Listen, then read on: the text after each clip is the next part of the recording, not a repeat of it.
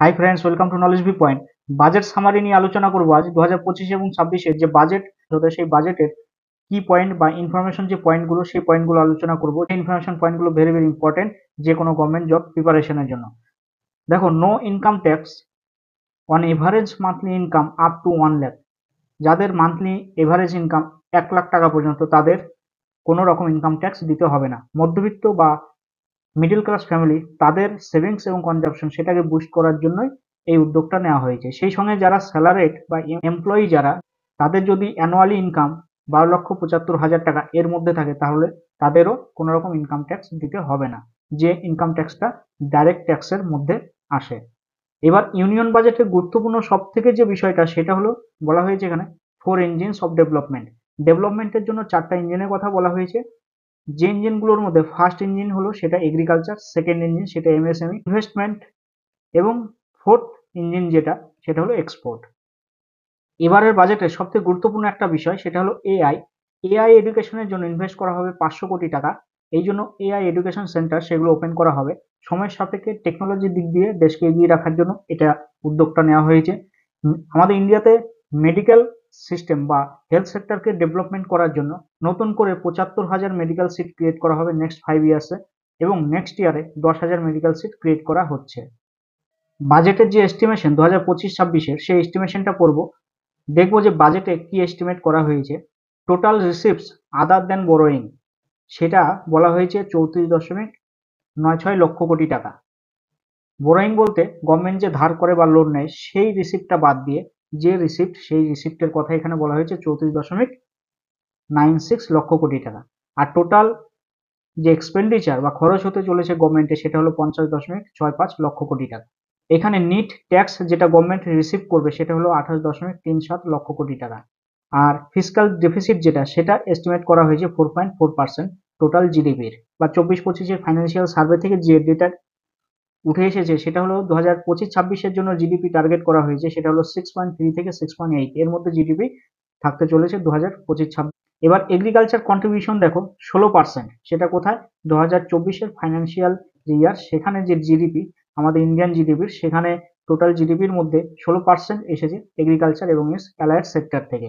এটাও ফাইন্যান্সিয়াল যে সার্ভে সেখান থেকে উঠে এসেছে। এবার এগ্রিকালচারকে বলা হচ্ছে ফার্স্ট ইঞ্জিন অফ ডেভেলপমেন্ট। এগ্রিকালচারের যে গুরুত্বপূর্ণ উদ্যোগগুলো নেওয়া হয়েছে, ভেরি ভেরি ইম্পর্টেন্ট এবং ইফেক্টিভ ইনফরমেশন সেটাই হলো, দেখো, ধনধান্য কৃষি যোজনা সেটা লঞ্চ করা হচ্ছে বা সেটা লঞ্চ করা হবে। এর মধ্য দিয়ে 100টা ডিস্ট্রিক্ট, যে সমস্ত ডিস্ট্রিক্টের প্রোডাক্টিভিটি কম, এগ্রিকালচার প্রোডাক্টিভিটি ভেরি লো, সেই সমস্ত ডিস্ট্রিক্টের এটা লঞ্চ করা হবে, এবং এখানে এর মধ্য দিয়ে 1.7 কোটি ফার্মার্স উপকৃত হবেন। Government to launch a 6 year mission for আত্মনির্ভরতা ইন পালস। পালস প্রোডাকশনের ক্ষেত্রে গভর্নমেন্ট 6 ইয়ারের মধ্যে আত্মনির্ভর হতে চলেছে বা হওয়ার টার্গেট নিয়েছে।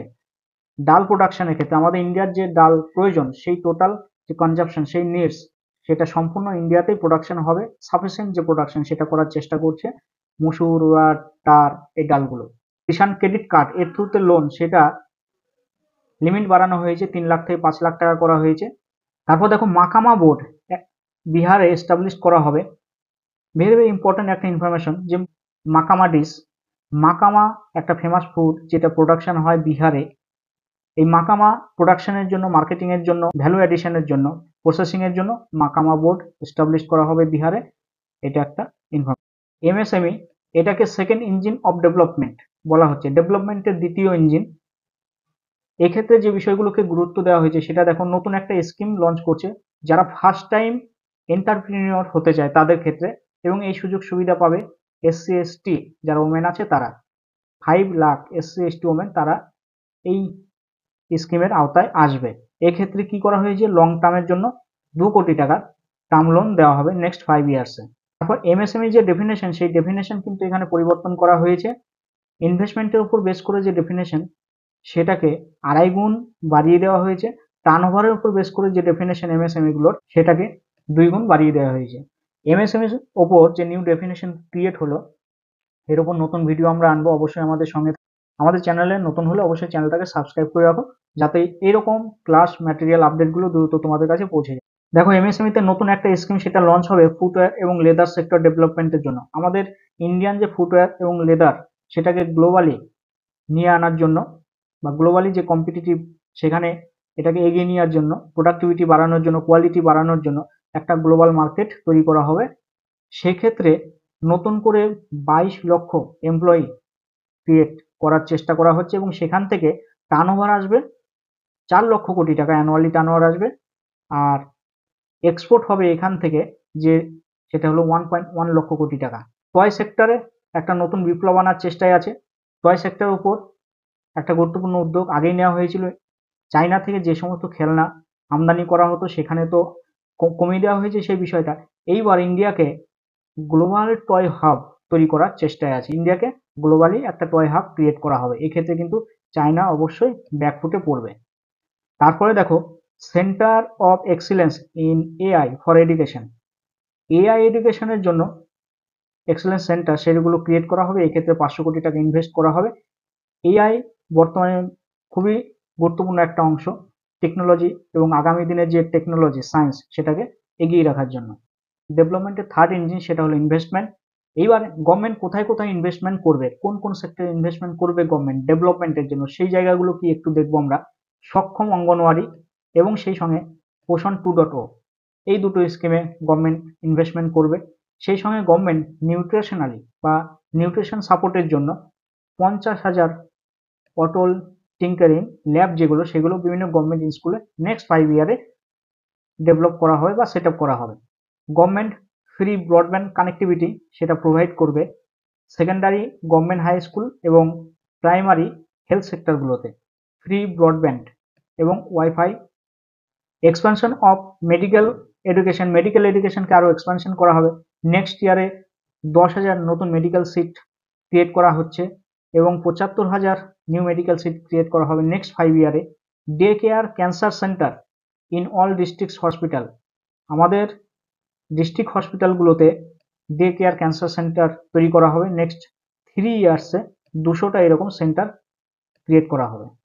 এক্সপোর্টস রপ্তানি, এটাকে ফোর্থ ইঞ্জিন বলা হচ্ছে ডেভেলপমেন্টের। যে কোনো এমএসএমই থেকে যে সমস্ত প্রোডাক্টগুলো উৎপন্ন হবে সেগুলোকে গ্লোবালি যে মার্কেটিং, সেই মার্কেটিং যে চ্যানেল সেটাকে তৈরি করার জন্য, ইন্টারন্যাশনাল মার্কেট সেটাকে ধরার জন্য সেই ক্ষেত্রে ভারত ট্রেড নেট এটা কিন্তু সেট আপ করতে চলেছে। কি জন্য? যে ইন্টারন্যাশনাল ট্রেড সেট আপের জন্য, যাতে সহজে উৎপন্ন দ্রব্যকে যে গ্লোবালি কম্পিটিশন বা গ্লোবাল যে মার্কেট সেখানে পৌঁছে দেওয়া যায়। এই ছিল আমাদের বাজেটের গুরুত্বপূর্ণ ইনফরমেশন এবং কি পয়েন্টগুলো যেগুলো খুব ইম্পর্টেন্ট। আশা করি বাজেট সম্পর্কে যে ধারণা সেটা ক্লিয়ার হলো। বাজেট নিয়ে যে কনফিউশন ছিল বিষয়গুলো আশা করি সেগুলো ক্লিয়ার হলো তোমাদের মধ্যে।